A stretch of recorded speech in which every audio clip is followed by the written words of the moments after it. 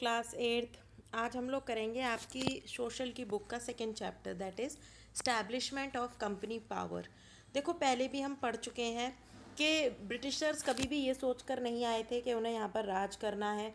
वो एक trading company की तरह यहाँ पर आए थे और कुछ ऐसी परिस्थितियाँ और स्थितियाँ बनती गई कि धीरे धीरे उन्हें ये रियलाइज़ हो गया कि उन्हें इंडिया को पूरी तरीके से अपने कंट्रोल में करना है, तभी वो यहाँ के रिसोर्सेज और यहाँ के लोगों का प्रॉपर यूटिलाइजेशन कर पाएंगे। यूटिलाइजेशन होता है यूज़ करना और एक्सप्लॉइटेशन होता है ओवर यूज़ करना। वो कब यूटिलाइजेशन से एक्सप्लॉइटेशन तक पहुँच गए, ये पूरी कहानी हम पढ़ेंगे अब यहाँ से जो हम शुरुआत करते हैं। ओके, तो चलिए करते हैं। Mercantilism and trade wars. So the concept of mercantilism developed in Europe during the 16th century. तो ये कब से शुरू हुआ? 16th सेंचुरी से शुरू हुआ। जब ये लोगों के दिमाग में आया कि व्यापार जैसी कोई चीज़ होती है और दूर देशों से भी उन्हें व्यापार करना चाहिए। The philosophy of mercantilism believed in reducing imports while simultaneously increasing export.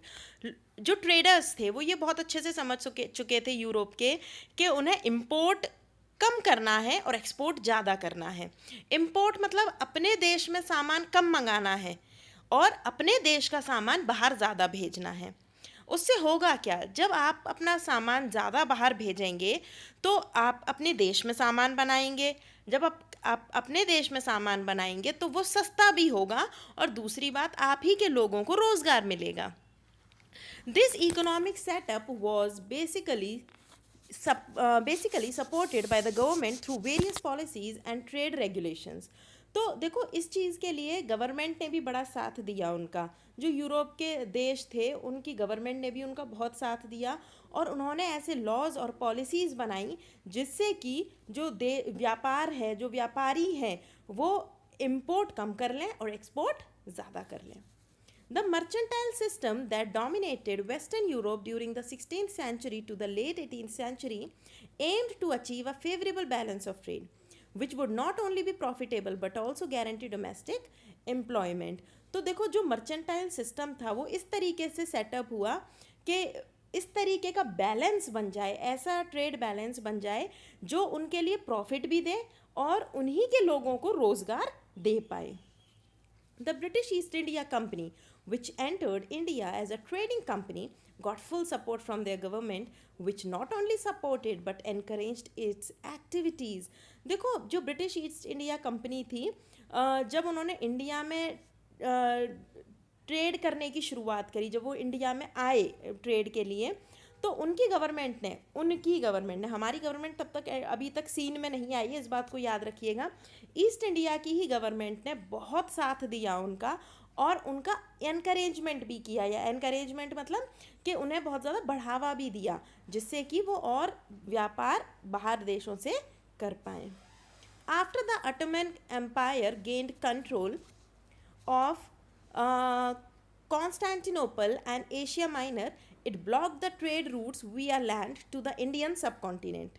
Europe found new trade routes via sea to procure raw materials such as spices from India. अब हुआ क्या, जब ऑटोमन एम्पायर ने कंट्रोल कर लिया अपने अंदर ये लैंड रूट्स को, तो यूरोपियंस ने एक नई खोज की, वो थी कि व्यापार करना, वो भी नदियों से, यानी कि सी रूट्स। उन्होंने समुद्री रास्ते खोज निकाले व्यापार करने के इंडियन सब कॉन्टिनेंट से, और वो फिर नदियों से ही, ओशन से ही व्यापार करने लगे। वो इन रास्तों से ही व्यापार करने लगे और उन्होंने, जैसे कि रॉ मटेरियल है, स्पाइसेस हैं इंडिया से, उन्होंने ये सारा इंपोर्ट एक्सपोर्ट करना शुरू कर दिया।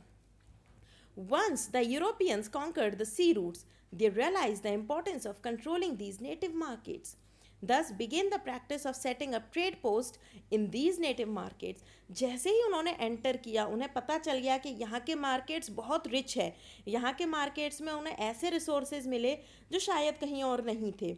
इसीलिए उन्होंने धीरे धीरे यहाँ पर पोस्ट बनाना चालू किया। The practice of setting up trades post led the mad scramble to colonize countries and establish control and supremacy in these regions. The race to colonize created tensions and eventually war among the European powers, known as the trade war, सभी चाहते थे business करना, सभी profit चाहते थे, सभी raw material चाहते थे, और इसी कंपटीशन की वजह से शुरुआत हुई ट्रेड वॉर्स की. India was favorite trading post for many European nations who saw ample potential in the Indian markets for revenue generation. हमारे इंडियन मार्केट्स की वैल्यू बहुत सारे यूरोपियन देश जान चुके थे. सबको ही हमारे मार्केट्स पर कंट्रोल चाहिए था, सबको ही यहाँ की रिसोर्सेज को यूटिलाइज करना था, सबको यहाँ पर अपना ट्रेडिंग का जो पोस्ट थे उनको स्ट्रॉन्ग करना था. The Portuguese, British, Dutch, and French saw India as a lucrative trading post. The Portuguese were the first to enter India in 1498. Please underline करिएगा इसको कि सबसे पहले इंडिया में पोर्टुगीज आए with Vasco da Gama's discovery of a new sea route to India. यहाँ से इन लोगों की एंट्री हो गई. ओके, सबसे पहले आए हमारे यूरोपियन कंट्रीज में से पोर्टुगीज आए. देखिए ज़रा, जिन्होंने ट्रेडिंग पोस्ट बनाए गोवा, दमन, Diu, Salsette, Bassine and Santham. Okay. Then Dutch, Masulipatam, Pulicat and Surat. Then British East India Company scene में आती है, जिसने अपने पोस्ट बनाए बॉम्बे, जिसको अब मुंबई बोलते हैं, कलकत्ता, जिसे अब कोलकाता बोलते हैं, and Madras, which is known as Chennai. Okay. Now then French East India Company, Pondicherry, Madras and Chandernagar. Okay, so they established their post here. अब हम बात करते हैं सबसे पहले ब्रिटिश ईस्ट इंडिया कंपनी की. In 1598, a group of English merchants formed a private association to trade with the East. सबसे पहले इन लोगों ने एक ग्रुप बनाया मर्चेंट्स का. इन लोगों का जो मेन मोटिव था वो था ईस्ट की कंट्रीज के संग ट्रेड करना.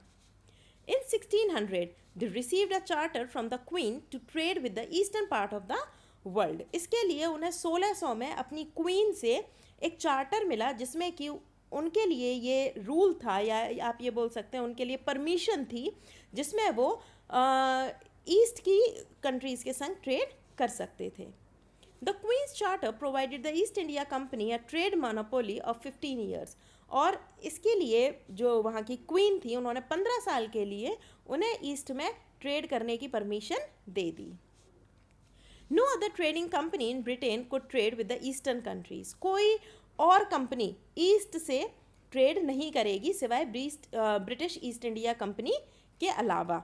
ठीक है, ये क्वीन का उस चार्टर में था. However, this arrangement did not stop other European nations to trade in the east. Meanwhile, Sir Thomas Roy headed a diplomatic mission to the court of the Mughal Emperor Jahangir to seek permission to set up trading post at Surat among other areas. Please underline करिएगा कि sir Thomas Roy Jahangir से permission लेकर सूरत में अपना trading post बनाना चाहते थे. The East India Company received permission to set up a trading post in Surat and established a factory there. इसे हम सबसे बड़ी गलती भी कह सकते हैं, और यहाँ से ही शुरुआत हो जाती है ब्रिटिशर्स की हमारे भारत देश में कंट्रोल करने की. जो शुरुआत हो गई वो यहीं से हो गई. जहांगीर ने जाने अनजाने एक ऐसी मुसीबत को बुलावा दे दिया जिसका शायद ही किसी को अंदाज़ा उस समय पर लगा होगा. तो जहांगीर ने कह दिया कि हाँ भाई आओ और यहाँ पर आप ट्रेड आराम से कर सकते हो, और सूरत में फैक्ट्री डालने की इजाज़त दे दी.